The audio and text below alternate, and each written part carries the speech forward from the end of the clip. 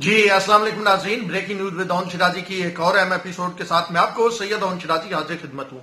नाज़रीन, आज जो मामला हम डिस्कस करने जा रहे हैं वो सारा दिन वफाकी दारुल हुकूमत में जेरे बहस रहने वाला मामला है, और वो है वफाकी काबीना के अराकीन के माबैन सख्त जुमलों का तबादला जो हुआ है, एक जिसे हम इन अदर वर्ड कहें कि गर्मा गर्मी लड़ाई वाली सूरत हाल बनी है।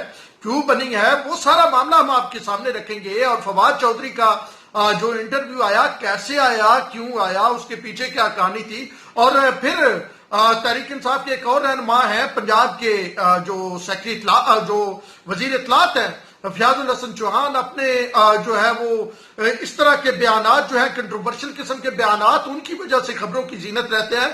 उन्होंने तो फिर सोने पे सुहागा कर दिया। तो ये तमाम चीजें जो हम आपके सामने लाएंगे, असल में हो क्या रहा है और किस तरह आहिस्ता आहिस्ता चीजें वजीर आजम इमरान खान की हाथ से फिसलती जा रही हैं।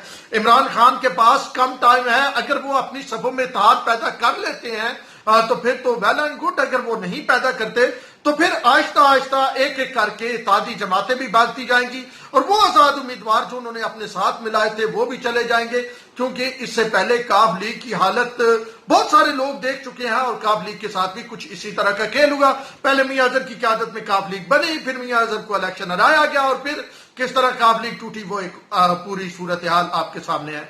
अब सूरत हाल ये बनती है, अब ये जो एक तूफान आया हुआ है ये शुरू होता है फवाद चौधरी साहब के इंटरव्यू से। अब फवाद चौधरी साहब के इंटरव्यू पे जाने से पहले मैं जरा आपको कोई एक और मुसल्लस दिखाना चाहता हूं कि एक आपको थोड़ा सा पता चलेगा कि ये सिर्फ इंटरव्यू नहीं, पहले जो इंटरव्यू के सारे तमाम हिस्से हैं, यानी ये मुख्तलिफ किरदार हैं, ये इकट्ठे कैसे हो गए। ये तीन चीजें हैं, फवाद चौधरी का इंटरव्यू, ले कौन रहा है और हो कहां पे रहा है। यानी फवाद चौधरी का इंटरव्यू ले रहे हैं सोहेल बड़ाई साहब, और ऑन एयर हो रहा है, यानी चल रहा है वो वॉइस ऑफ अमेरिका पे, वीओए पे।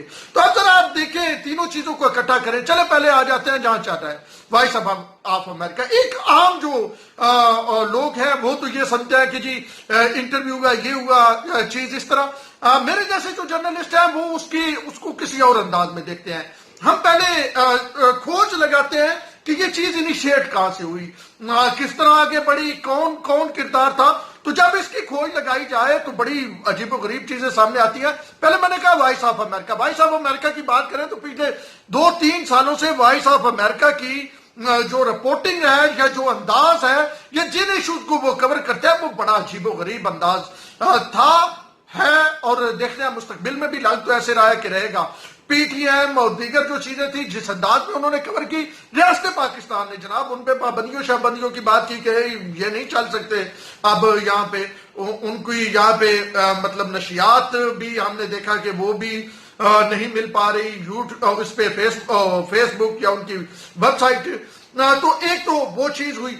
फिर अब आप दूसरा किरदार देखें, सोहेल बड़ाई साहब। सोहेल बड़ाई साहब ने जो इंटरव्यू किया है, सोहेल बड़ाई साहब की पिछली तकरीबन 4 माह की आप रिपोर्टिंग देखें तो आपको तमाम कड़ियां मिलती हुई नजर आएंगी। यानी उन्होंने एक इंटरव्यू किया शहबाज शरीफ साहब का, जिसमें उन्होंने कॉलम लिखा और उन्होंने ये बताया कि शहबाज शरीफ साहब ने बाकायदा तौर पे जनाब वो कहते हैं कि मैंने तो शेरवानी सिलवा रही थी, मैंने तो काबीना की नाम फाइनल कर रहा था। तो वो जनाब वो बताते हैं। तीसरा किरदार है फवाद चौधरी साहब। फवाद चौधरी साहब की बात करें तो फवाद चौधरी साहब पिछले तकरीबन 6 माह या 1 साल से कुछ ऐसे बयानात दे रहे हैं जो पाकिस्तान तहरीक इंसाफ के लिए मसाइल का बाइस बन रहे हैं। तो ये ट्राइका आप जरा देख लें, ये किस तरह का ट्राइका है, और फिर आगे चलते हैं कि इंटरव्यू में कहा क्या गया।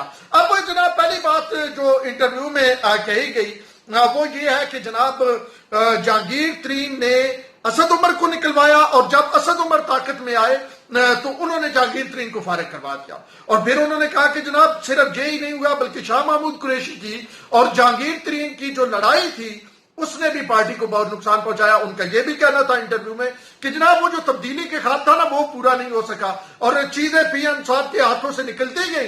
और फिर उन्होंने ये भी बताया कि जनाब अब जो है वो सिलेक्टेड लोग, यानी टेक्नोक्रेट लोग, नॉन इलेक्टेड लोग जो है वो पीएम साहब की नजर में ज्यादा करीब है, और हमारी बात की इतनी अहमियत नहीं है।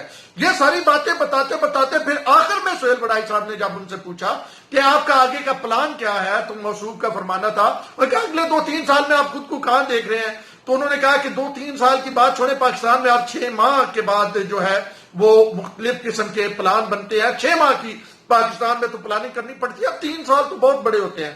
تو اب اگر آپ دیکھ لیں فواد چودھری کو، ان کا ذرا پیچھے آپ ٹریک ریکارڈ دیکھیں کہاں سے شروع ہوتا ہے.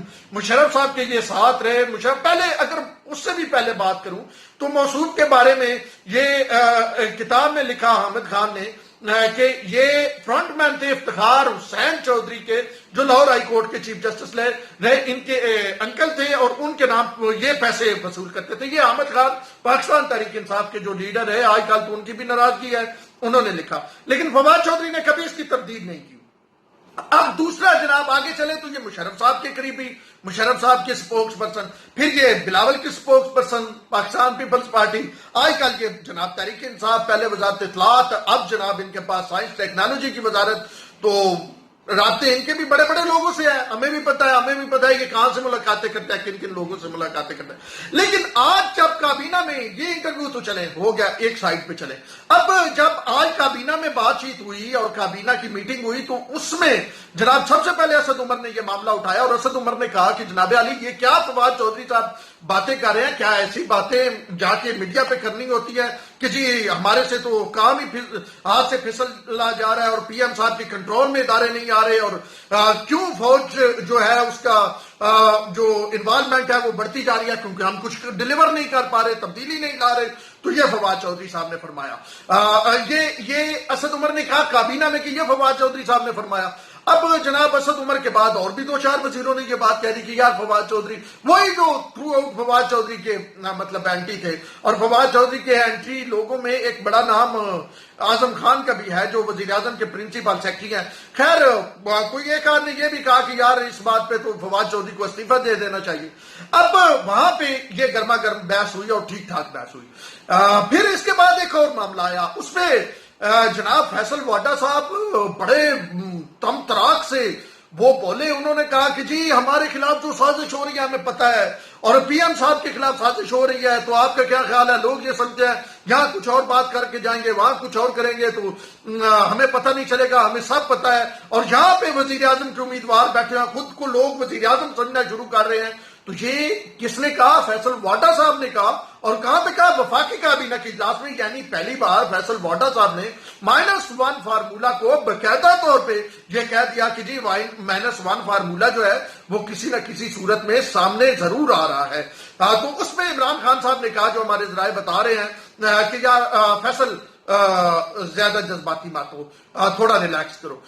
تو ویسے تو کابینہ کی خبریں لیک ہونے پہ جناب باقاعدہ طور پہ کہا گیا، اور بڑی جو ہے علی جہتی صاحب نے اس پہ کہا کہ ہمیشہ کابینہ کی خبریں لیک ہو جاتی ہیں. انہوں نے پچھلی کابینہ کی میٹنگ میں بھی یہ کہا تھا. لیکن خبر تو پھر صحافی کا کام ہوتا ہے، ہم تو خبر کے لیے چل پھر رہے ہوتے ہیں. تو ہم نے خبر لے لی، اگر ہمیں کابینہ سے کوئی نہ دے تو پھر رمضانی صاحب کے ذمہ ہم لگاتے ہیں، پھر رمضانی صاحب ہمیں دیتے. تو فیصل واڈا نے آج بڑے سخت لہجے میں یہ بات کی، اور ان کا اشارہ میں آپ کو بتا دیتا ہوں کن کی طرف تھا. انہوں نے جو صحیح تنقید کا نشانہ بنایا وہ عبدالرزاق داؤد کو بنایا، ندیم بابر کو بنایا، اور اسد عمر کو. اسد عمر کے حوالے سے بات کروں تو کچھ پاکستان تحریک انصاف کے لوگوں کو یہ ضرور خدشہ ہے کہ اسد عمر کے کہیں نہ کہیں بیک ڈور پہ ایسے رابطے کہیں اور ہیں مقتدر حلقوں کے ساتھ، جو مطلب ریپلیس آف عمران خان اگر کوئی چہرہ لانا چاہتے ہیں تو شاید وہ چہرہ ہو. تو یہ آج وفاقی کابینہ میں ہوا. وفاقی کابینہ میں تو چلو یہ ہوگا، یہ چیز جو ہے وہ سامنے آئی.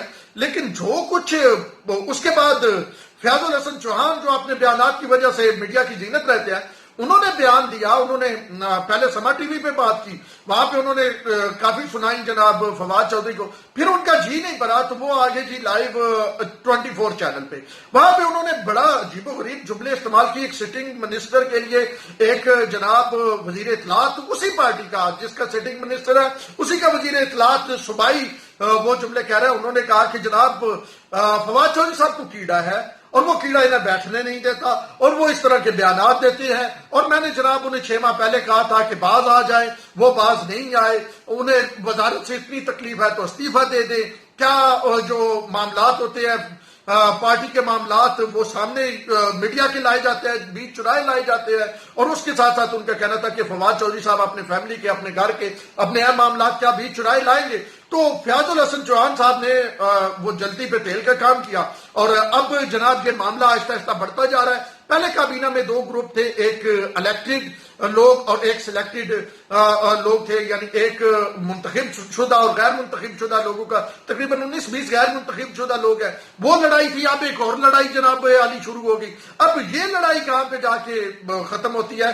लेकिन इसका एक और बात बता दूं कि वजीर आजम इमरान खान ने अपनी काबीना को ये कहा है कि आपके पास सिर्फ 6 माह है, अगर 6 माह में आप कारकर्दगी नहीं दिखाते तो फिर हम फारिग हैं।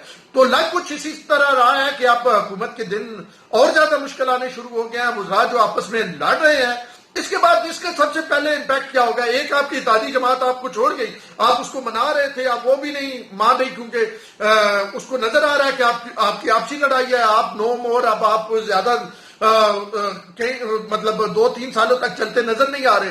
ये 6 महीने 8 महीने आप चलेंगे, तो वो इसलिए खामोश हो गए। और दूसरी तरफ जनाब बाकी इत्तेहादी जमातें भी आहिस्ता आहिस्ता जनाब मामलात को पॉइंट ऑफ नो रिटर्न की तरफ ले जाएंगी। मोनो सिलाई और मरियम नवाज की मुलाकात हुई, उसमें भी किसी दिन पूरी तफसील में बात करेंगे। आसिफ किरमानी के घर लाहौर में ये मुलाकात हुई, क्यों मुलाकात हुई, इसके पीछे क्या स्टोरी है। और जो जहांगीर तरीन वहां पे लंदन में है, वो भी है, मुलाकातें कर रहे हैं, और कुछ मुलाकातें उनकी आने वाले दिनों में एक्सपेक्टेड है। तो पीटीआई के पास ऐसा शख्स कोई नहीं पहले जैसे जहांगीर तरीन थे कि वो जाते और मनाते। अब 4 बंदे आपके कम हुए, 177 आपकी मरकज में तादाद रह गई है। अब 177 अगर खत्म, मतलब काब लीग जाती है तो काब लीग की कितनी सीटें हैं जनाब आला? 5 सीटें हैं, और 7 एमक्यूएम की हैं। अगर एमक्यूएम जाती है तो फिर आप बड़े मसाइल हो जाएंगे आपके लिए जनाब आली। तो अब आने वाले दिन पाकिस्तान तहरीक इंसाफ के लिए मुश्किल है। और मेरी ये इतलात है कि मजीद इत्तेहादी पार्टियां जो है, जेडीए है, जीडीए है, ग्रेट डेमोक्रेटिक अलायंस जो है, उनकी 3-4 सीटें हैं, वो जनाब अब अपनी डिमांड्स रखेंगी। और उनको भी नजर आ रहा है कि हुकूमत मुश्किल में है। तो अब जो है वो इत्तेहादी भी आहिस्ता आहिस्ता उसी तरह जिस तरह काब लीग आगे पीछे हुई थी जब मुशर्रफ साहब का इरा गुजरा, तो इसी अंदाज में हम देखेंगे कि मतलब जिस तरह नजर आ रहा है, एनालिसिस कर रहे हैं कि इसी अंदाज में आने वाले दिनों में पाकिस्तान तहरीक इंसाफ का भी हाल होने वाला है। तो अब तक ये सूरत हाल है। इस हवाले से मजीद डिटेल हम आपके सामने मजीद अपना तजिया लेके आएंगे। और अब तक के लिए इतना ही। अपने उस सैयद ओन शिराजी को, breaking news with Aun Shirazi की टीम को दीजिए इजाजत। अल्लाह ने के